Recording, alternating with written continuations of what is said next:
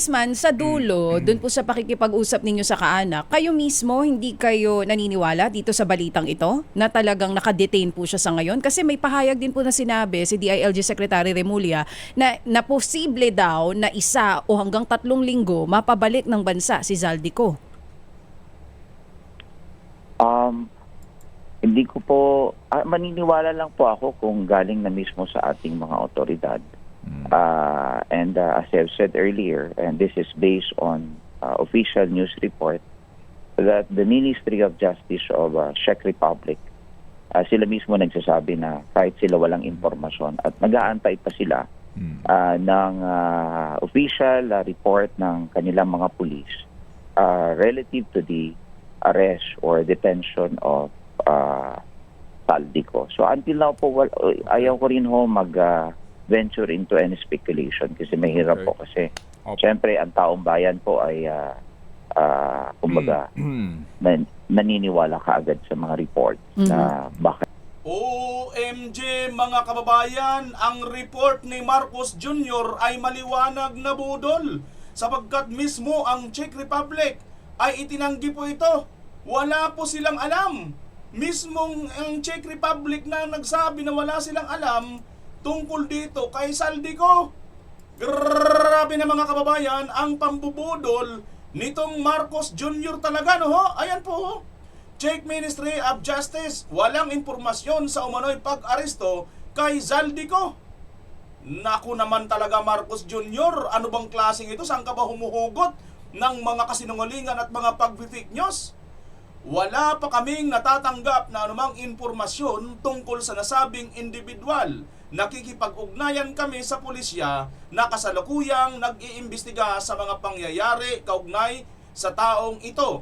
The Ministry of Justice has not yet received any information about the person in question. We are in contact with the police who are currently investigating the circumstances surrounding this person. Markita Androva ng Czech Ministry of Justice. OMG mga kababayan, ano ba ang nangyayari dito sa ating Marcos, ating Pangulo? Talaga nga bang nasa tama pa itong pag-iisip? Bakit siya pa mismo ang nagbabalita nitong mga ka-fake newsan? Bakit kanyo mga kababayan nasisigurado nating fake news? Mismo na po ang lugar na sinasabi niyang nandyan nakadetain si Zaldico. Tinanggi na itong kanyang naunang pagbabalita. Grabe na po ito. Gaano ito kalala ng kasinungalingan? Gaano na ito kalala na tinatanggap ito ng ating pamahalaan? At naku, mismong nanggaling sa Pangulo. Okay sana kung nanggaling ito kay Anticler Pero galing sa Pangulo mga kababayan, nakakatakot po ito. Nasaan na pala tayo ngayon? OMG talaga mga kababayan. Alam nyo, hindi lang po yan. Mayroon po kayo sa bidyong ito, may malalaman pa po kayong mga detalye kung bakit nila ito ginagawa mga kababayan. At magugulat po kayo sa mas mga matitindi pang mga revelasyon dito sa bidyong ito kung bakit si Zaldico ay ganito na lang po mga kababayan ay gustong mapauwi ni Marcos Jr. At bukod pa dyan, may mga pronouncement na pala sila nung araw na napapalagpas lang natin mga kababayan na may napakalaki palang mali at fake news. Naku kabayan, kung gusto mong malaman ito, huwag mo pong i-skip, panuorin mo ang buong videong ito. At kung ngayon ka palang nakabisita sa aking channel, nakikisuyo po ako, paki-share at paki-like ang video na ito at paki-subscribe na rin, paki-pindot ang notification bell all nang sa ganun ay lagi kang updated. Maraming salamat sa iyo kabayan sa iyong pagsuporta. Tatanawin kong malaking utang na loob yan. Grabe mga kababayan, ito, umpisa na tayo. Itong panayam ni Ted Filon dito nga po sa kay Representative Garbin. Si Garbin mga kababayan ay siya po kasama ni Zaldico. May mga revelasyon po si Garbin na taga Bicol, kasi nga ako Bicol Party List, siya ngayon yung representative, so taga Bicol ito. Ito yata yung pumalit kay Zaldico, kung di tayo nagkakamali. Ngayon, may mga revelasyon po siya na tumutugma po sa mga nauna. Kumbaga itong revelasyon niya mga kababayan, magdidibang doon sa mga nauna, no? Mga nauna ng pahayag ng Palasyo de Polvoron. Grabe mga kababayan. Kaya kailangan nyo po ito patapusin ha. Nakikisuyo po ako sa inyo, total nandito na rin lang kayo. Ito, umpisa na po natin ang mga detalye ng ating pag-uusapan. Pero mamaya, itong kay Ted Filon, pag dito na tayo mapunta, kailangan po natin tabunan. Kasi nga, pag hindi po natin tabunan, alam nyo na, nakaka-copyright po tayo. Wala naman po tayong bayad sa mga politiko. Umaasa lang naman po tayo sa bayad sa atin ng views ng YouTube, di ba? So, malinis yun. Legal yun. Wala tayong problema doon dahil galing sa inyo yan, galing sa panonood ninyo. Kaya tayo kumikita. Okay? So, kailangan ko tabunan. Although, hindi naman talaga importante pa yung mukha, no, ho, mga kababayan. Pero, alam nyo, yung babae, itong si DJ Chacha, napaganon talaga eh. Ng mga sagot ni ano dito, ni attorney, ni Representative Garbin eh. Bueno, mga kababayan, ipapakita ko naman sa inyo yan paminsan-minsan, pero hindi ko po bubuuin. Ito na po. Umpisa na natin. Taliwas sa 1 to 3 weeks na timeline ng gobyerno, posible raw na matagalan pa ang pagpapauwi kay dating Congressman Zaldico sa Pilipinas, ayon sa isang international law expert. Pinuna rin ng abogado kung bakit wala umanong detalye kaugnay sa kanyang pagkakaaresto. Yan ang Agenda Weekend Report. Kita nyo mga kababayan, pinuna ng isang international law expert, no, ang wala daw detalye nito pong tinatawag na pagkakaaresto kay Zaldico. Grabe mga kababayan, ano, doon pa lang mayroon ka na kaagad maiisip, sandali lang. Ang bilis na ni-report ni Marcos Jr. pero walang mga detalye. Di ba? Alam nyo, sampal ito sa mga investigador sa ating bansa. Ako hindi man po ako investigador, pero nakikita ko investigators, mga reporters, sampal ito sa kanila eh. Na di ba, bago sila mag-report, alam po natin, vina-validate muna nila ito. Mayroon silang pinanggagalingan ng mga source. Pero si Marcos Jr., out of the blue, di natin alam kung kagigising lang nito o hindi pa natutulog, bigla na lang nagbalita ng ganito. Di ba? O, tuloy natin. Ni Dexter Ganibe ng Abante. Maaring hindi lang 2 o 3 linggo ang hihintayin bago maiuwi sa Pilipinas si dating Ako Bicol Party List Representative Zaldico mula sa Czech Republic.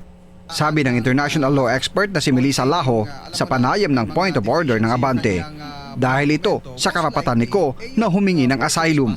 The usual ground for an asylum is hindi yung tinatawag in international law na non-refoulement, meaning hindi pwede yung isang tao na naghihingi ng asylum ibalik dun sa country where he faces the threat of judicial or extrajudicial killing. Maaari rin anyang ibalik ng Czech authorities sa Portugal si Ko sa halip na sa Pilipinas. Una nang napabalitang may golden visa si Ko na inisyu ng Portugal. Yung Czech Republic din naman, merong discretion kung ibabalik niya sa Portugal given na meron siyang golden visa. Kasi ang rule is kung sino yung EU country nag-issue ng travel documentation, meaning visa, siya yung may discretion when it comes to asylum applications. Posible din naman anyang harangin ng gobyerno ng Pilipinas ang anumang asylum na hihilingin ni Ko sa paggigiit na isa siya sa mga may malaking pananagutan sa pinakamalaking corruption case sa Pilipinas. Pero mangangahulugan lang ito ng mas mahaba pang legal na proseso bago maiuwi sa bansa ang dating mambabatas. Ano man ang desisyon ng Czech Republic, meron siyang appeal. Unless hindi na talaga siya mag-appeal, mag-ano na lang talaga siya, mag-decide na bumalik. Palaisipan naman para kay Laho kung bakit hanggang ngayon wala pang konkretong detalye ang gobyerno ng Pilipinas kay Ko. Dapat anyang sa Czech Republic ay maghain ng consular notification para hingin ang detalye sa otoridad ng bansang may kustodiya kay Ko. Una nang sinabi ni DILG Secretary John Vic Rimulya na pinuntahan na ng police attaché ng Pilipinas si Ko sa kanyang detention doon. Pero hanggang ngayon, wala pang inilalabas na larawan ni Ko matapos siyang ilagay sa kustodiya ng Czech authorities. Para sa Agenda Week. Kita nyo mga kababayan, dito mapapansin nyo na talaga sablay-sablay na sila eh. buhol-buhol na ang kanilang script, ano ho.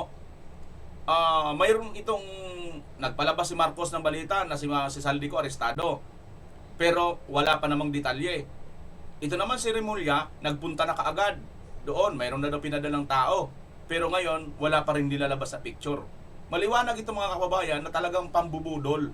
Igir na igir sila, gigil na gigil sila dito kay Saldico na, aywan ko ito, ano ko lang siguro ito. Analysis opinion ko lang ito, ano ho. Hindi kaya gusto nilang patayin, patayin sa balita itong si Saldico. Sa balita lang ba? Para bagang hindi literal na patay. Kumbaga, ano siya, yung bang tanggalin na lang sa balita na ito, si Saldico andun na, wala na. Basta, para bang ano, makalimutan na lang ng tao ba? Para hindi na si Saldico pag-usapan na makabalik dito. Kasi si Saldico talaga ang napakalaking magkukunikta dito po kay Marcos Jr. na sinasabi ni Yorme Comorino, wala daw magtutusok pag ganun kay Marcos. Ito si Saldico, Yorme. So, sorry Yorme pero sa totoo lang, sa totoo lang, hindi ako sang-ayon doon sa sinasabi mo, walang nagdidirekta. Ito si Saldico talaga. Pinapara lang nila. Di ba? Pinapara lang nila talaga kaagad, no? Kahit para hindi makatusok papunta doon kay Marcos. Pero sa tingin ko, opinion ko lang man to Yorme itong si Saldico ang tutusok papunta doon kay Marcos Jr. Sang-ayon ba kayo dyan mga kababayan? Ako hindi ako sang-ayon doon kay Yorme na sinasabi niya wala daw direktang tumutusok o nagtuturo doon kay Marcos. Ito nga si Saldico, sinabi na nga ni Saldico na 100 billion ang gusto ni Marcos. Ilan ba? Yearly ba yun? Or buwan-buwan? Basta may sinabi si Saldico, di ba, sa kanya mga video na yan. So Yorme naman, okay lang naman sa iyo Yorme, magtrabaho ka na lang dyan sa Maynila, pero yung ipagtanggol mo si Marcos Jr., medyo insulto na rin sa amin yan siguro na mga mga naniniwala kami sa aming opinion na itong si Marcos Jr. ay may malaki po talagang kinalaman sa mga nagaganap ngayon sa ating bansa. Kasi kung hindi siya siguro ang presidente, wala namang ganitong kalaking flood control. Diba? Kung hindi naman niya pinirmahan siguro yung mga GAA na yan na most corrupt budget of all time, 2025 GAA, diba? Andyan na nga yan sa oral arguments magkakabukingan na, malapit na Tapos sasabihin mo, walang dumidirektang nagtuturo. Para bagang sinasabi mo na nililigtas mo na si Marcos sa kanyang ginagawa. Medyo sablay yata yan, Yorme, no? Sorry pero sa totoo lang, ginigalang kita, Yorme, nirerespeto kita, pero irespeto mo rin ang aming opinion. Ng aming opinion, naniniwala kami na si Saldico ang direktang nagturo dito kay Marcos Jr. Ang tumutusok dito kay Marcos Jr. Ang ginagawa lang ni Marcos Jr. ngayon, pinifake news lang niya ang kanyang mga balita para ang tao lituhin, para ang tao paniwalain. Gamit po niya ang akaban ng bayan sa kanyang ginagawa, which is napakadagdag na mali na naman itong ginagawa niya. Kasi ngayon, napapatunayan na mga kababayan, mismo ang Czech Republic, sinasabing wala talagang balita sila. Imposible naman yun. Di ba nung nakarang araw nag-ano lang tayo, ang BBC, ang China Morning Post ba to? Di ba? Siguro wala kasi hindi naman sila taga doon, pero mayroon pa rin tayong tanong na iniwan doon. Ang tanong natin, wala ba silang reporter or correspondent na pumunta doon sa Daig? Sa Czech Republic para i-check nga yung itong check ni itong kalagayan ni Saldico kung totoo nga bang naaresto. 'Di ba mga kababayan? So meaning to say, nakakalungkot. Nalulungkot ako para kay Yorme, pero katulad ng kanyang sinabi, talagang sa Maynila lang siya. So nirerespeto natin siya diyan.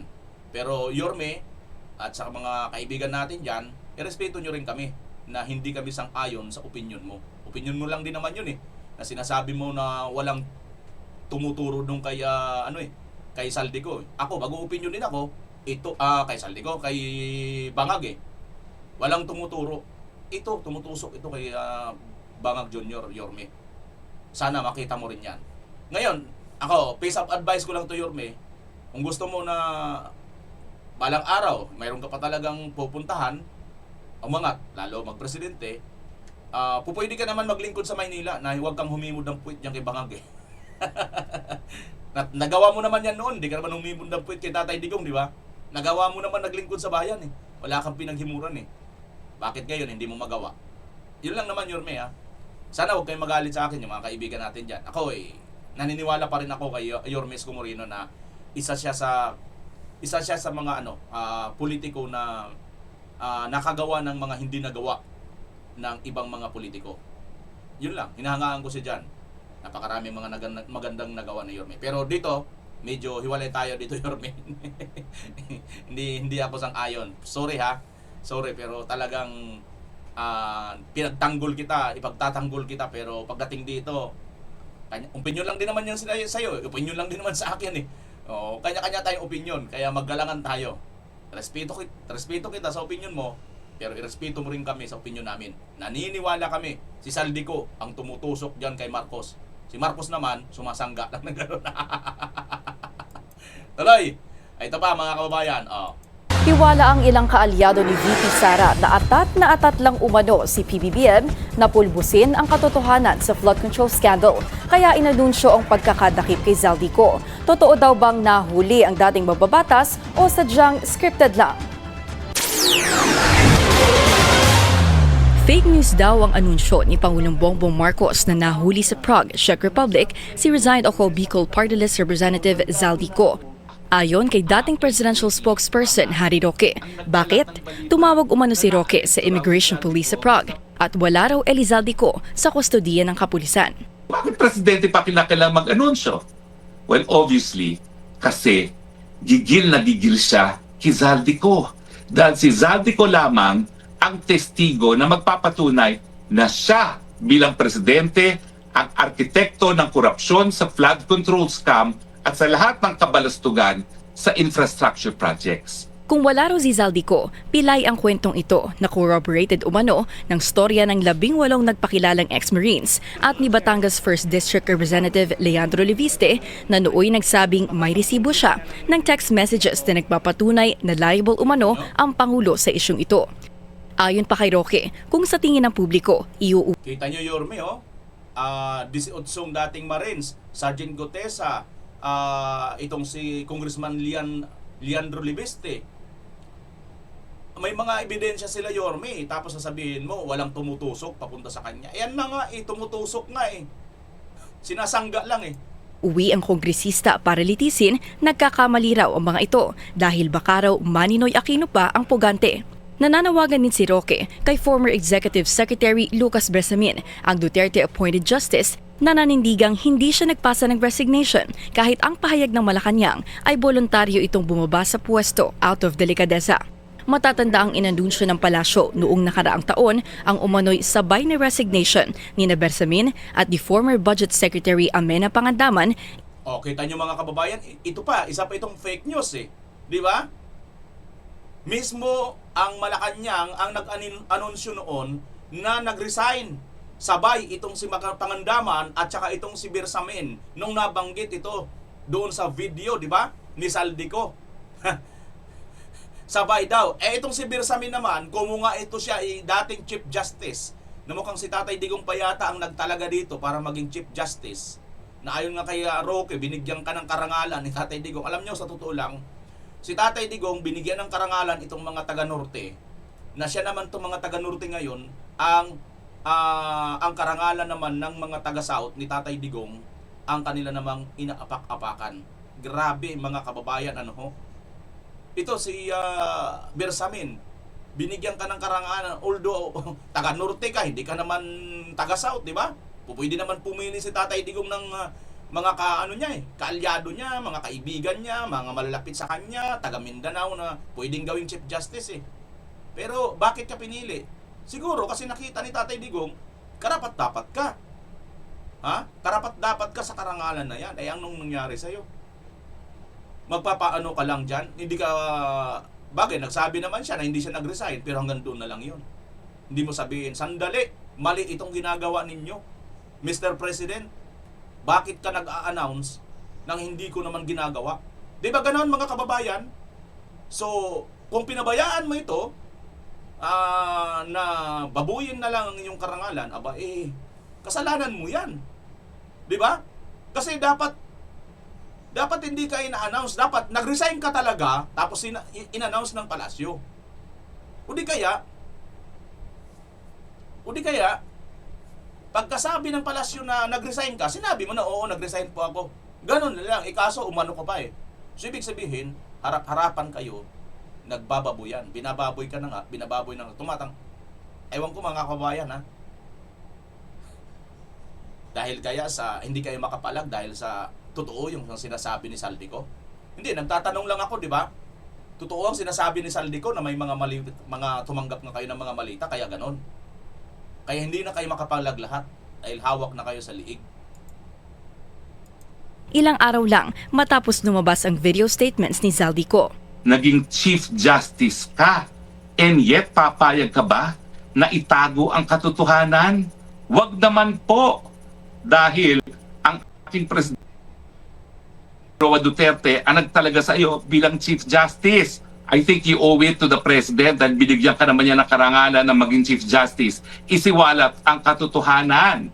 Naghamon pa si Roque na magbibitiw siya sa pagkaabogado kung mapapauwi si Ko within 3 weeks. Malabo raw itong mangyari at ang tanging dahilan kung bakit si PBBM ang nag-anunsyo ng pagkahuli ni Ko ay dahil atat na atat daw itong pulbusin si Ko. Samantala, ayon din sa kilalang Duterte ally na si Attorney Ferdinand Topacio, mabibigyang linaw na sa wakas ang mga kwestiyon sa mga pahayag ni Ko laban kay PBBM kapag napabalik na ito sa bansa. Kung hindi talaga papansinin ng mga otoridad ang mga paratang ni Ko, malinaw daw itong senyales ng whitewashing. Naniniwala rin daw si Topacio na mistulang monkey wrench ang epekto ng pag-uwi ni Ko sa umano'y takbo ng impeachment proceedings laban sa bise dahil mapupunta sa Pangulo ang focus ng lahat. Wala pang tugon ang palasyo sa pahayag na ito ni Roque at Topacio. Ayan, mga kababayan, asahan na natin ang tugon niya ni Auntie Claire. If fake news na naman nila, isisway na naman nila yan. At lahat naman sasabihin fake news.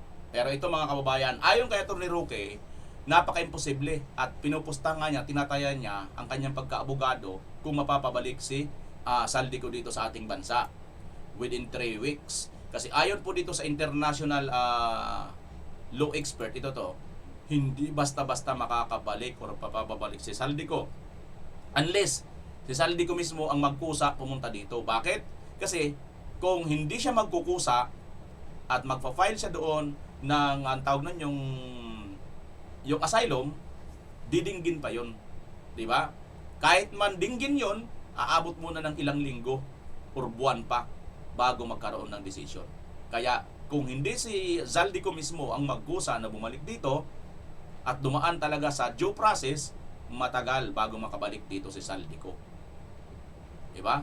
So, napapatunayan natin dito mga kababayan na itong Palasyo de Polvoron talagang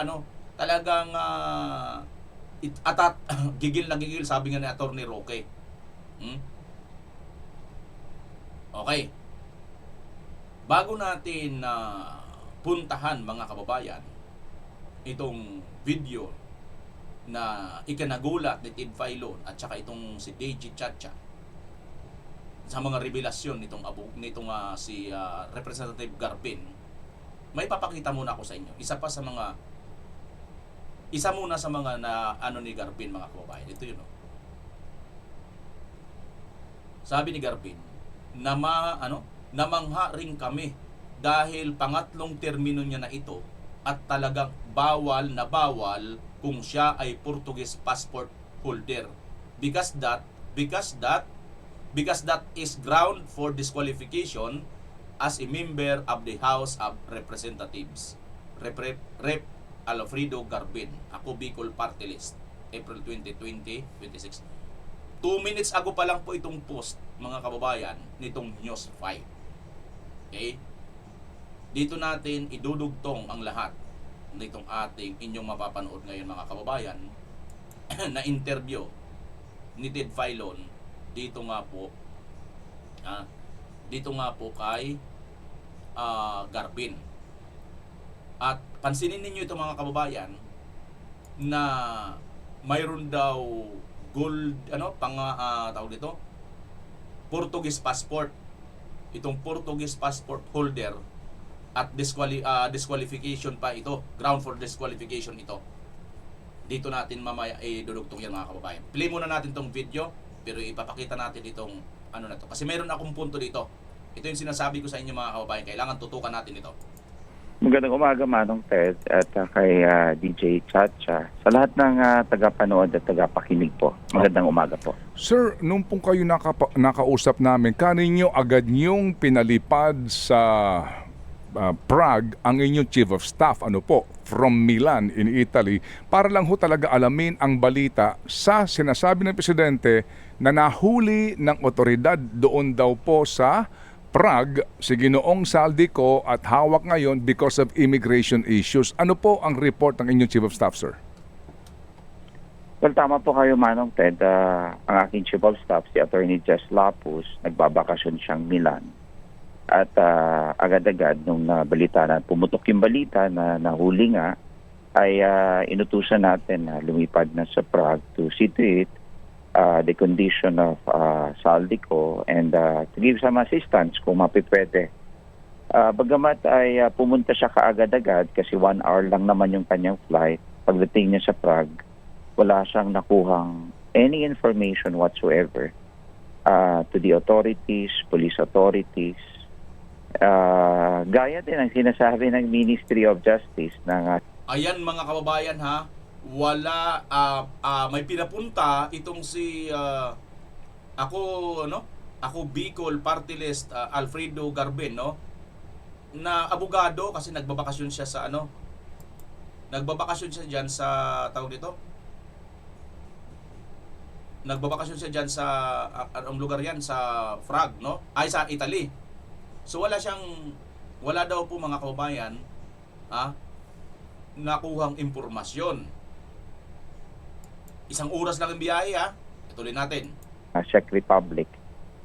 Kung sila nga po ay walang information, how much more kaya yung ating pang inutusan na empleyado na nagbabakasyon sa Czech Republic po o sa Milan. So, until now, wala ho talaga tayong information whatsoever. Kita nyo mga kababayan, yung mismo nga pong Czech Republic walang impormasyon, how much more pa itong kanyang inutusan na isa rin pong abogado para mag-check at magbigay nga ng assistance dito kay Saldico. Kasi nga, kasamahan po nila ito di ba? Ako Bicol Party List ito, kasama nila yan si Saldico. So, assistance na rin bilang isang abogado kung anong may tutulong nila, ngunit wala silang nakuhang impormasyon. Paano silang kakuha ng impormasyon? Mismo nga, mga kababayan, itong Czech Republic, Ministry of Justice, walang impormasyon sa umano'y pag-aresto kay Saldico. Di napakaliwanag ng budol at fake news itong si Bangag, mga kababayan, di ba? Di ba sila nahihiyan ito na talagang buong mundo na ito? Nireport ito ng BBC. Nireport ito ng China Morning Post. At sino pa yung mga international na lahat kinuha. Marcos said. He said. Puro Marcos, puro Marcos. Kasi siya lang nagbalita Hindi man lang sinabi na Czech authority check the arrest of Saldico. Walang ganon. Di ba? Sana sorry. Sana yung balita ng iba't ibang mga international media, Czech authority or Czech Republic check the arrest of Saldico. Walang nag-check ng ganon. Di ba mga kababayan? Anong nangyari? Anak ng pating Marcos. So, hindi ka lang talaga presidente ng Pilipinas, super reporter international ka na. Bang klase to si Marcos talaga, oo. Tuloy natin mga kababayan, saan kaya to? Anong klase kayang pulburo ng natira nito kaya? Kaya ganito ito maging super reporter. Nakipag-ugnayan ho ba ang inyo pong tauhan sa embahada natin doon sa parting yon ng Europa? Sa katotohanan po sa report, because we presume na kapag ganyan ho, di po ba attorney, agad dapat sabihan po yung embassy noong tao na kanila pong hawak. Well, tama po, Manong Ted. Yun din ang aking instruction to coordinate with our embassy officials. But unfortunately, Ang sabi niya ay sirado because he arrived there Friday evening, and then Saturday, Sunday, sarado yung embahada. But what he did is to closely coordinate with the police ng Prague, police authorities, and wala siyang nakuhang sagot at wala ding impormasyon na maibigay. So far po, sir, ano po ang Tingnan yung reaction ni Ted Filon, mga kababayan. Hindi rin siya makapaniwala. So far, sir, hindi rin siya makapaniwala, mga kababayan. No? Tingnan nyo ang itsura ni Ted Filon dito. Tanggalan ko itong si Marco. Ayun, no? Hindi rin siya makapaniwala na nasabi ito ni nitong abogado, mga kababayan eh. 'Di ba? Kasi teka, kunin ko muna itong kunin natin yung screenshot para kunin natin thumbnails. Ted Filon mismo hindi makapaniwala dito sa sinasabi nitong ni Garbin, mga kababayan. Dahil nga paano ka naman maniniwala dito sa sinasabi ni ni Marcos Jr. Mismong authority ng tawag nun, yung Czech Republic wala pong alam.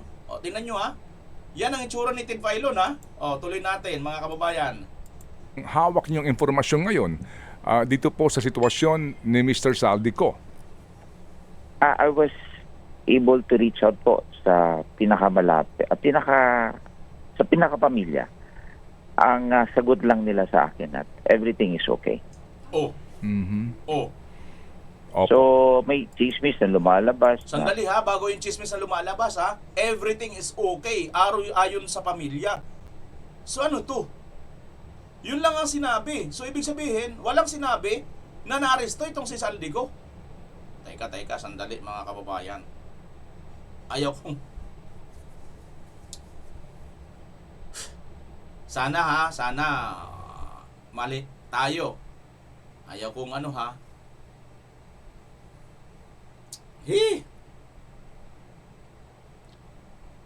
Nakakainis, mga kababayan, may naisip ako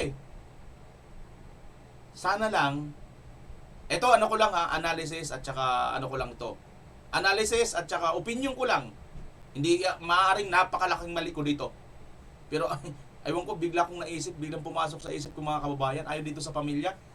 Pakinggan nyo natin uli. Ayon sagot ng pamilya, mga kababayan. Pakinggan natin Kapamilya. Ang sagot lang nila sa akin at everything is okay. Everything is okay. Yun lang yung sagot, mga kababayan. Parang kinabahan ako doon. Yun ang sagot ng kanyang pamilya. Alam nyo yun?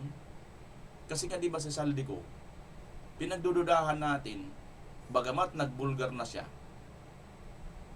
Sorry, excuse me. Ang sabi niya, bago man lang ako mapatay, ay mailabas ko ang lahat ng mga ito. Nang mailabas niya na, mga kababayan, tahimik na siya. Di ba ga?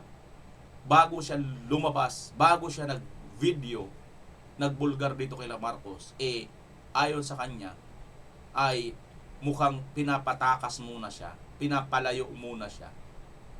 Mayroon nangyayaring parang takipan at arigluhan muna. Ngayon nang mukhang nilalaglag na siya, saka siya ngayon lumabas. Mga kababayan, ito'y opinion at analysis ko lang Hindi kaya inaariglo na si Zaldico? Puro na ariglo na.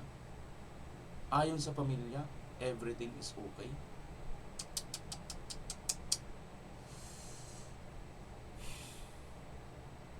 Ayaw kong mangyari na totoo yung aking analysis at opinion, mga kababayan. Pero, pagka tumahimik si Zaldico at itong Marcos administration, wala nang paliwanag dito. Tapos si Zaldico ay hindi makarating dito sa Pilipinas. I rest my case, mga kababayan. Sana wag magkatotoo itong aking analysis.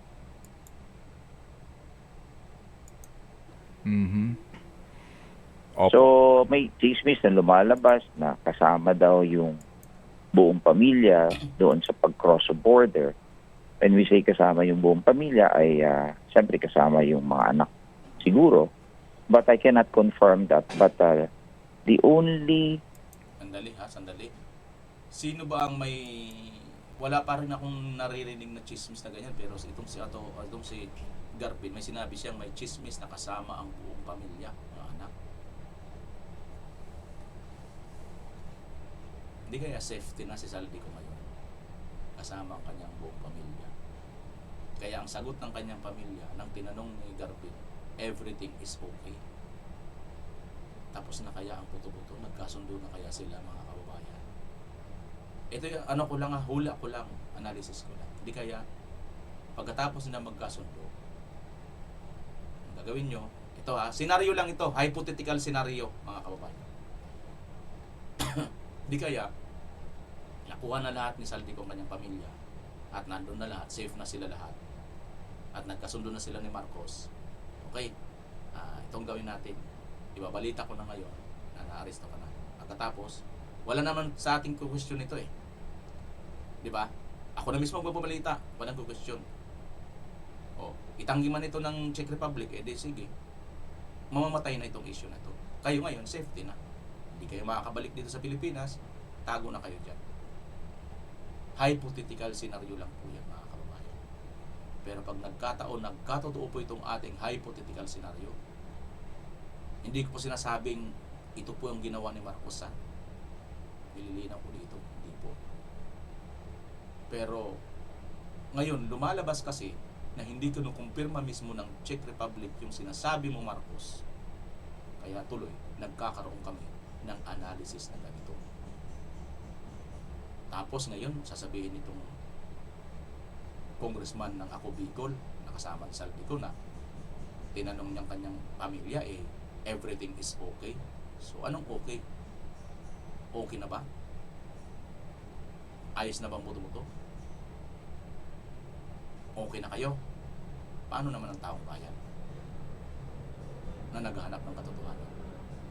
Paano naman ang taong bayan na narinig yung pagbubulgar mo, binidyo mo, mayroon kang nilabas na mga resibo, may mga black and white na mga listahan kang nilabas? Paano naman yun? Ibabaon na lang yung sa limot at kayo okay na kayo dyan. Malalaman at malalaman din ng taong bayan kahit gaano pang pagtatakip ninyo. Tuloy natin, mga kababayan. Information that I got which is verifiable sa isang kamag-anak ay sabi nila everything is okay. Kita nyo? Meaning siguro hindi naka-detain. I don't know kung ano yung gusto sabihin nila noon kasi I want to inquire further kung naka-detain ba, what's the underlying circumstance. Ang sagot lang nila sa akin is everything is okay. So, Kita nyo, mga kababayan, na ulit-ulit talaga yung sagot lang nila sa akin is everything okay. Okay na siya, mukhang hindi naman naka-detain kasi okay. 3 times yata binanggit ito ni Garbin na okay daw sila. Paano naging okay? Yung last niyang video, sinasabi niya, bago man lang akong mapatay, mailabas ko itong mga ito. Okay ba yon? Mga kababayan, kayo na yung mag-connect the dot. Fill in the blanks na kayo. Ito yung sitwasyon ni Zaldico noon na talagang nalalagay sa alanganan at delikado. Sinabi niya yun bago man lang ako mapatay, mailabas ko itong mga ito. O nang mailabas niya na, tahimik na. Tapos ngayon, sasabihin ng kanyang pamilya, everything is okay. Okay na pala. So, hindi na siya mapapatay. Kaya, Zaldico, kung nakikinig ka man, sana mag-video ka uli. Ikaw na mismo magpaliwanag kung totoo nga ba na-aresto ka ni Marcos Jr. Kaya mo naman Nagawa mo naman yan noon Bakit hindi mo na ulitin mag-video? Congressman, hindi na po talaga kayo nagtanong kung totoong na-detain si Zaldico. And pwede po ba naming malaman kung sino po itong kaanak na inyo pong nakausap? On the condition po na wag i-mention yung kanyang pangalan kasi he wants to protect also his privacy. Nakakaawa naman po. Sige po. Nobody wants to Oo. Pero Yun lang po ang aking masasabi talaga. so But Congressman, what really puzzles me, Manong Ted and DJ Chacha, is the assertion that Saldico is a holder of a Portuguese passport. Kasi kami rin dito sa Bicol region, tinatanong bakit daw bumoto sila sa isang Portuguese. Sabi ko, hindi yan puro kapanipaniwala. And siguro I think we should press on those who are saying na si Kong Saldi ay Portuguese passport holder dahil nalilito rin ang aming mga kababayan dito sa Bicol region. Okay, so sa ngayon po, Sandali mga kababayan, pakita ko sa inyo yung yung reaction niya nitong Sa babae. Bicol region. Pakita ko sa inyo si DJ Chacha. Hindi ko in-stop kasi natin Ayun parang tulala din siya Napagano yan Alam niyo yun, parang hindi ka panipaniwala Yung tungkol ito dito sa passport holder daw si Saldico. Tuloy natin Those who are saying na si Kong Saldi ay Portuguese passport holder dahil nalilito rin ang aming mga kababayan dito sa Bicol region. okay, so sa ngayon po, kayo mismo sir na kanyang kapartido ay walang informasyon sa katotohanan na siya ay may hawak na Portuguese passport? Tama po.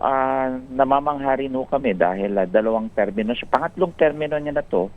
At talagang bawal na Manong Ted kung siya ay Portuguese passport holder because that is a ground for disqualification as member of the House of Representatives. And to assert that he's a passport holder of a foreign country ay namamangha rin kami. And until now, wala akong maisagot sa aming mga constituent. And sana matutukan natin ito because this is a very vital information as to his status. Kasi kung Portuguese passport holder siya, walang rason na madidetain siya doon sa Europa. On the other hand, kami na dito sa Bicol region, we want to really determine the truthfulness of that assertion dahil kami ay accountable din dito sa Bicol region. Na ang isang representative namin ay kumbaga kung totoo man yan ay dapat hindi sana nag-qualify. So whether there's a truth to it or pawang base lamang sa maling akala, sana malaman natin yung totoo. Ang sabi po kasi ng kalihim ng DILG kaya siya nahuli nagpakakampante. I think that's the word na ginamit. Alam mo Manong Ted, ate naman in the ordinary human experience. Wait muna mga kababayan kasi kailangan natin reaksyonan ito. Yun na nga sinasabi natin kanina, napaka-imposible na itong si Saldico ay Portuguese passport holder. Kasi kung mayroon siyang Portuguese passport, ito ay grounds para siya ay ma-disqualify ka or hindi siya dapat maging congressman sa ating bansa. Now mga kababayan, sino ba ang nagpapakalat nitong balita na ito? Di ba si Jun Vic Remulla din? Sinasabi nila na itong si Saldico ay mukhang Portuguese passport na. Alam nyo, yung script nila, linilid talaga nila mga kababayan. Script nila ito. Di ba natatandaan nyo noon? Remulla na Remulla talaga. Tingnan mo si Boyeng Remulla, di ba? Ang kanya rin restoration, yung pagsasauli ng pera. Nililid talaga nila mga kababayan doon sa maiiwas talaga kay Marcos. Tingnan nyo sino na yung mga nagsauli ngayon? Nasaan na yung mga nagsauli ngayon? Nasaan na rin yung mga perang sinauli? Di ba gaya mga nagsauli na yun, matik na yun, na umamin kang nagnakaw ka, kaya ka nga nagsauli. Dahil hindi sa'yo yun Paano mo nakuha yun? Hindi mo yun nakuha ng maayos na paraan. Ibig sabihin, ninakaw mo yun. ito rin ngayon mga kababayan, nililate din nila si Saldico na mayroong Portuguese passport, which is maling-mali sa umpisa pa lang mga kababayan. Para bagang pinapakain na tayo ng impormasyon noon pa lang towards dito ngayon sa mangyayari. Gets nyo mga kababayan so anong nangyayari ngayon sa ating bansa? Pinamumunuan tayo ng sindikatong mafia na mayroon na silang mga script, may mga exit point na sila pagdating ng magkakabukingan. Eh ngayon, booking na naman. Hindi po pwede na may hawak kang Portuguese passport. Dahil isa kang congressman dito, dahil disqualified ka pagka mayroon kang Portuguese passport. Eh, 2 term na siya nanungkulan eh. Pinayagan ninyo ito. Di ba? Pinayagan ninyo ito. Oh, ang dami talaga nila mga kababayan. Alam nyo, habang palalim ng palalim ang kanilang script, palubog ng palubog, pabaon ng pabaon ng pabaon. Sabi nga ng tawag nila dyan, script is not scripting. Yung script nila hindi na sumasang-ayon sa kanilang script. Dahil kumakalaban na itong kalikasan. Ang problema nga mga kababayan ngayon, ito kay Saldico.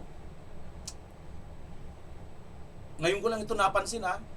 Bago tayo mag-umpisa ng video, hindi ko ito kasama sa ating topic dapat eh. Pero biglang pumasok itong naging okay na sa kanilang mga kamag-anak ang kalagayan nila ngayon, pati sa Saldico. Tapos nandoon na daw, may chismis. Ay nako, mga kababayan, tuloy. Pag ikaw ay nailalagay sa alanganin na siguro the most important document na makakapagsalba sa'yo ay hindi mo iiwanan or hindi mo makakalimutan. So I think that is contrary to human experience. Oo. Ito na yung sinasabi natin mga kababayan, di ba? Kahit saan ka pumunta, mamalingki ka lang, dala-dala mo lagi ang passport mo kasi ito yung makakapagsalba sa iyo eh. Pag isa kang foreigner sa isang bansa, di ba? Tama hindi? Nanonood din po ako sa mga travel vlog ng iba't ibang mga Pilipino, mga international vlogger. Nakikita ko lagi, bit-bit lagi nila ang passport. Kasi halimbawa, mag-check-in sila sa isang hotel, passport ka agad ang tinitingnan bilang foreigner, mga kababayan. Naku naman, oh. Manong Ted. And the same way na yung kanyang sinasabi na because there are some previous assertion na basta Manong Ted, dito na lang tayo sa Portuguese passport kasi I'm trying to reach out also to the Portuguese embassy to shed light to the truth of that assertion. Until now, walang maibigay ang Portuguese embassy sa ating bansa. Kita nyo? Mismo rin ang Portuguese embassy, wala rin sinasabi na mayroong Portuguese passport itong si Saldico. Pero sino may sabi? Si Remulla. Kapatid ni Bindalo. Kayo mismo sa Portuguese Embassy in Manila, no? Yes po, because I think they're the nearest and the most convenient authority to give and to shed light to the truth of that. Until now, wala silang maibigay na pahayag. Okay. Yung pong everything is okay na sinasabi ng inyong nakausap na kapamilya po ni Ginoong Saldico, ang inyong hubang katanungan ay tungkol lamang sa kanya o meron pang ibang mga kapamilya si Saldico na kasama at allegedly ay baka hawak ngayon ng mga Czech authorities? Alam mo nung tinanong ko Manong Ted kung talagang naaresto, nakadetain, ano ang kanyang sitwasyon. Ang sagot lang sa akin, I mean, you know, may focus doon sa aking inquiry ay kay Saldico. Ang sinagot sa akin ng kamag-anak ay everything is okay. Ako, ayan na nga. Sige. So, Congressman, sa dulo, Okay na, ayos ng buto-buto pala talaga ng mga kababayan. Ang sagot ng mga kamag-anak, huwag nawang mangyari ang ating hula mga kababayan. Ay nako. Doon po sa pakikipag-usap ninyo sa kaanak, kayo mismo hindi kayo naniniwala dito sa balitang ito na talagang nakadetain po siya sa ngayon? Kasi may pahayag din po na sinabi si DILG Secretary Remulla na posible daw na 1 o hanggang 3 linggo mapabalik ng bansa si Zaldico. Hindi ko po, maniniwala lang po ako kung galing na mismo sa ating mga otoridad. As I've said earlier, and this is based on official news report, that the Ministry of Justice of Czech Republic, sila mismo nagsasabi na kahit sila walang impormasyon at nag-aantay pa sila ng official report ng kanilang mga pulis relative to the arrest or detention of Zaldico. So until now po, ayaw ko rin ho venture into any speculation kasi mahirap po kasi syempre ang taong bayan po ay kumbaga naniniwala kaagad sa mga report na baka hindi naman walang basihan. Oo. Congressman, nalito ko doon sa sinabi niyo. Sabi mo, maniniwala lang ako kapag sinabi na ng mga otoridad. Hindi ba ang nagbanggit na po nito si President Marcos Jr., maging si DILG Secretary Remulla? Parte naman po sila ng otoridad. Pati si Anticler, di ba?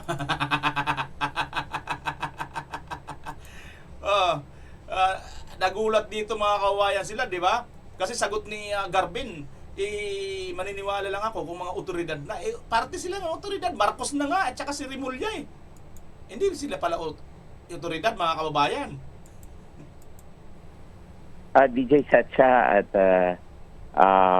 the one who has the primary jurisdiction when you speak of detention and arrest of a certain individual, and when you speak of a foreign country like Prague under Czech Republic, siguro simple lang po. Siguro Czech yung authorities. bansa na po, the Czech authority. So that's how simple it is po. Okay. Okay. Pero ano nung ginawa dito ni Marcos? Hindi ka pala otoridad, Marcos, na magbalita. Bakit ikaw nagbalita? Ano ang proof mo ng balita mo na yan? Di fake news. Hindi pala otoridad si Marcos, mga kababayan, magbalita. Tama ba? Sinasabi ni Garbino, hindi siya otoridad. Ang authority, Czech Republic. Di ba? Maliwanag na fake news. Sa Czech authorities po, mag-aabang kayo. Sige. Malinaw. So, yung po bang abogado niya na si Attorney Roy Rondain, inyo ring nakausap? Kailan po ito? Opo. Halos sa Thursday night, Friday, Saturday, nagte-text kami. Until now, si Rui wala rin na information whatsoever. Okay. Tamo. Yung pong inyong Chief of Staff, nandun ba sa Prague ngayon o umalis na po? Pati abogado mismo ni Zaldico, wala ring alam sa nangyayari kay Zaldico. Na naaresto na daw di umano. Umalis na po, kakabalik lang po kaninang madaling araw. Dumating na po dito sa Pilipinas. Kasi yung nangyari yon na 2 days na lang or 3 days na lang yung natitira sa kanyang bakasyon. At yung confirmed ticket niya ay kahapon, Sunday, pabalik dito sa Pilipinas. I think that was Sunday morning. So, sabi ko, if you can stand a little further, sabi niya, mahal daw yung rebooking fee. At wala rin daw siya nakukuhang information. Kaya sabi niya, babalik na lang daw siya sa Pilipinas. Okay. Kailan niyo po eksakto? Wala talaga, mga kababayan ha. Pati yung tao niya na attorney na nandoon nagbabakasyon sa Italy, tinapunta niya mismo doon sa Czech Republic, wala daw talagang balita tungkol sa pag-aresto kay Zaldico. Maliwanag na fake news itong si Marcos Jr. Ito nakausap yung kapamilya po ni Ginoong Zaldico? Yesterday po, Sunday morning. Okay. Sila ba ay nasa Czech Republic nung kinausap po ninyo itong kapamilya niya? Wala ho, nandito sa Pilipinas. Okay. But Okay. I surmise that they have a direct contact kasi sila naman po talaga ay very close relatives. Opo. And ang sabi lang nila is everything is okay. As to whether he was detained, his underlying condition, walang confirmation ng ano. Ganun lang yung kanilang sagot. Everything is okay. Ano po yung reaksyon sa sinasabi po ng palasyo that the palace awaits Zaldi's truthful testimony? Ganon din po yung hangad ng bawat isang sa amin, sa Kongreso at sa sambayan ng Pilipino that we await sa Saldicos. Kung makakabalik man siya, syempre, dala-dala niya yung katotohanan sa pagbabalik niya dito sa Pilipinas. Okay, so kami po din ngayon ay nakaantabay nga dito po sa sinasabi na pagbabalik sa bansa ni Ginoong Saldico, and eventually magkaalaman na sa katotohanan ng kanyang mga kwento noon at magiging kwento ngayon. Congressman, salamat muli sa inyo pong panahon. At Ayan mga kababayan, ha? Maliwanag ito dito na nakita natin na fake news itong si Marcos Jr. Ito pong inyong nakikita. Ha?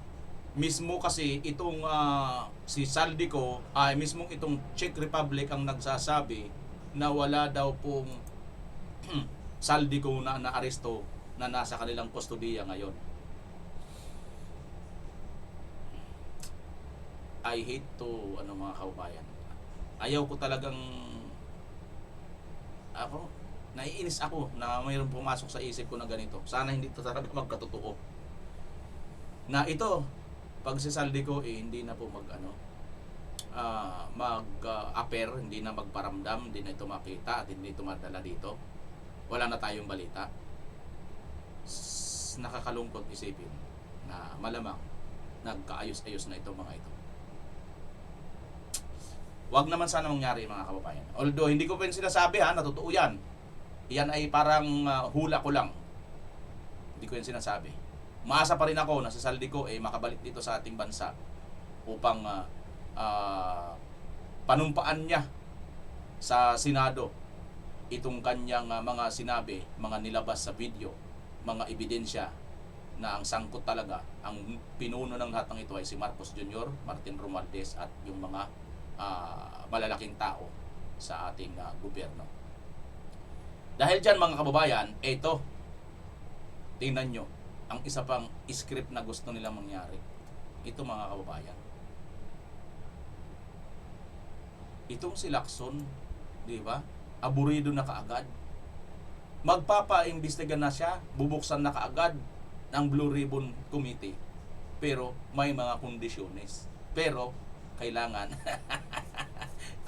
andyan na si Saldico at pirmahan muna ng 3 pang mga tawag dito, mga senador ang kanyang report. Panoorin natin.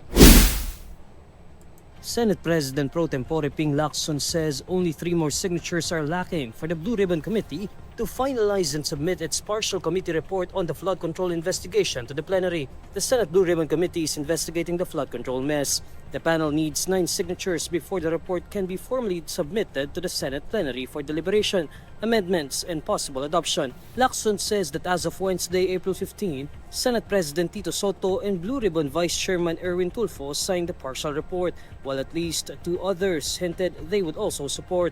Apart from Lacson, Senators Bam Aquino, Kiko Pangilinan, and Risa Ontiveros have previously signed the report. Lacson also says some committee members remain hesitant to sign, allegedly due to requests from former colleagues in the majority bloc. Despite this, Lacson says he will not pressure fellow Blue Ribbon members to affix their signatures. He stressed the need to respect individual decisions. He adds that Soto has offered to help secure additional support. Lacson earlier suspended further hearings on the flood control issue, saying continuing the probe without the committee report would be pointless and contrary to Senate rules. The draft and partial report contained the panel's recommendation of a preliminary investigation into Senators Chis Escudero, Chingoy Estrada, and Joel Villanueva for plunder. Ayan mga kababayan, kailangan munang pirmahan. Ito ano ko lang. Hula ko lang din uli mga kababayan. Ang gusto nilang hindi kaya kasama ito mga kababayan. Kasi di ba? Si Lacson, ayaw niya na pag matuloy ang Blue Ribbon hearing. Hindi kaya mga kababayan, para lang mapirmahan ang kanyang report na ito ay sasabihin niya, itutuloy na natin. Kasi andyan na si Saldico. Itutuloy na natin, pero pirmahan nyo lang muna. At At pag napirmahan na ito mga kababayan, ng 3 senador, kumpleto na. Tatalakayin na ngayon doon sa plenary. At si Saldico, hindi na rin mababalitaan natin. Hindi na rin niya itutuloy ngayon yung Blue Ribbon hearing. Isasarado niya na doon dahil nakapirma na nga yung siyam. Pag naisarado niya na, naitakal niya sa plenary, sasabihin niya, hindi natin itutuloy ang hearing kasi wala pa naman si Saldico. Bingo mga kababayan! Ito yata ang kanilang gustong gawin. Binalita ni Marcos. Siyempre legal yan. Marcos yan eh. Presidente yan eh. Balita ni Marcos na si Saldico nahuli na. Si Lacson ngayon. O sige, pirma na kayo dito. Pirma na kayo kasi pagkatapos ninyo pumirma, tatalakayin natin to sa plenary. Pagkatapos talakayin sa plenary, sabay na natin ngayon. Pag nandito na si Saldico, tuloy na natin ang hearing. Ang problema mga kababayan, ayon kanina sa napanood natin, sinabi nitong itong international law expert, mahirap makauwi or makabalik or makaharap dito sa Saldico. So, dahil nga yan ang kondisyon ni Lacson, ibig sabihin mga kababayan, wala na talaga magaganap. Mamamatay na po ang hearing sa Blue Ribbon hearing ng flood control dahil si Saldico hindi naman talaga makakauwi at hindi naman talaga arestado. Manapa mga kababayan, ang ayaw na ayaw kong mangyari itong hula ko na hindi ko sinasabing magkakatotoo o totoo, baka nga nagkasundo na itong si Saldico at saka itong Bangag. Ewan ko mga kababayan. Gustong gusto kong hindi magkatotoo itong hinala ko mga kababayan sa puntong ito. Tulungan nyo ako na hindi magkatotoo. Dahil pagka nagkatotoo ito, ang senaryo, nakikita na natin, wala na pong mangyayari na hearing. At ang masaklap pa nito, mukhang mapapirma lang ni Lacson itong mga senador. Kaya kayo mga senador, sana matunugan nyo ito. Huwag kayong pipirma sa committee ni Lacson na yan, sa partial report niya na yan. Kasi pagka nakapirma na kayo, tapos na ang buto-buto. Si Saldico, wala naman talaga, hindi naman po talaga na-arresto eh. Wala naman eh. Mismo na nga ang Czech Republic nagsabi. Di ba? Ayan po ang sinasabi natin mga kababayan. Kayo, ano ang inyong masasabi dito?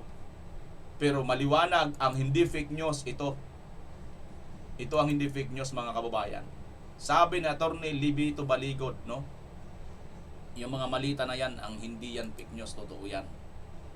Ano ba yan, nawala na naman?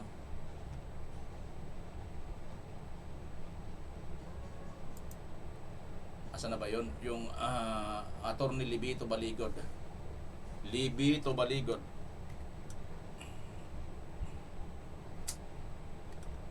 Libby Baligod.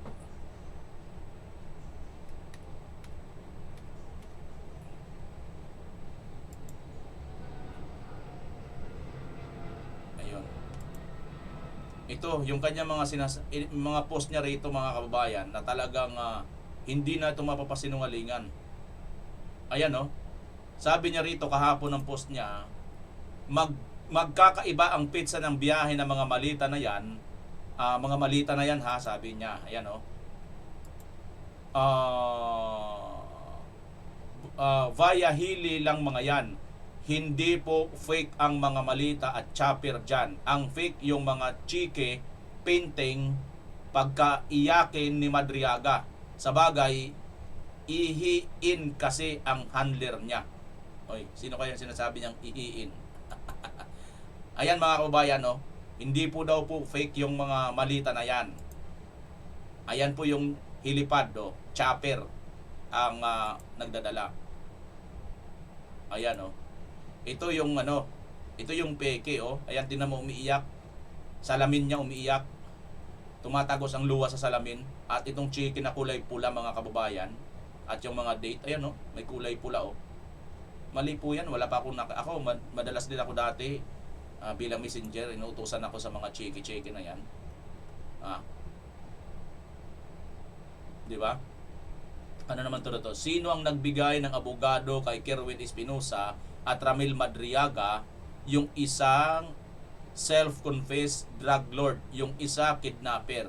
Ang circle of friends pala niya ay mga hardcore na criminals. Ayan mga kabayan. Sino daw? Sir, FYI, Kerwin Espinosa pala, isa dito, high risk. Ito sir. Ayan mga kabayan. Ayan o. Ayan o. Ayan o mga kababayan, ang post ni Atty. Libito Baligon. Sa tingin ninyo mga kababayan, yung ating analysis may posibilidad kaya na totoo? Magkakatotoo kaya ito? Ako, wag naman mangyari. Kasi yung tungkol doon sa Portuguese passport, napakaliwanag na fake news lang yun, palipad hangin lang ni John Vic Remulla. Kasi kung totoo yun, abay sablay na naman sila, malaking kasalanan na naman nila yun. Dahil nga si Saldico, 2 beses nang nag-congressman, pangatlo niya na ito. Tapos mayroon pala siyang hawak na Portuguese passport. 'Di ba? Bakit hindi na tinanggal 'yon? Alam pala ito nila Remulla. So palipad hangin lang 'yon, hindi 'yon totoo, fake news na naman. Ang problema ngayon mga kaubayan, mukhang ang kanilang gagawin talaga ay ibaon na sa limot ang i-imbestiga dito ng Blue Ribbon Committee. Yan po ang aking nakikita at final analysis ko dito mga kababayan. At ang isa pa sa kinatatakutan ko, baka si Saldico tapos na at ayos na ang buto-buto ngayon. Kayo mga kababayan, anong inyong masasabi dito? Sa tingin nyo? Sige. Comment na lang kayo mga kababayan, sa sunod na lang po ako mag-shoutout dahil mamaya mayroon po tayong programa sa Birada Agila, 2:00. Punta kayo doon mga kababayan sa mga gusto magpa-shoutout na lang doon ko yung shoutout. Comment nyo na lang ako at sabihin nyo na lang pangalan ko galing kayo dito sa aking channel para ma-recognize ko kayo na na-invite ko kayo papunta dyan. Maraming salamat mga kababayan. Siyempre paano ho? Comment kayo kung anong inyong masasabi. Posible ba na magkatotoo ang ating mga analysis dito? At ako pinapangunahan ko na kayo. Sana yung hula ko kanina huwag magkatotoo. Maraming salamat, Pilipinas, as always. Bye-bye!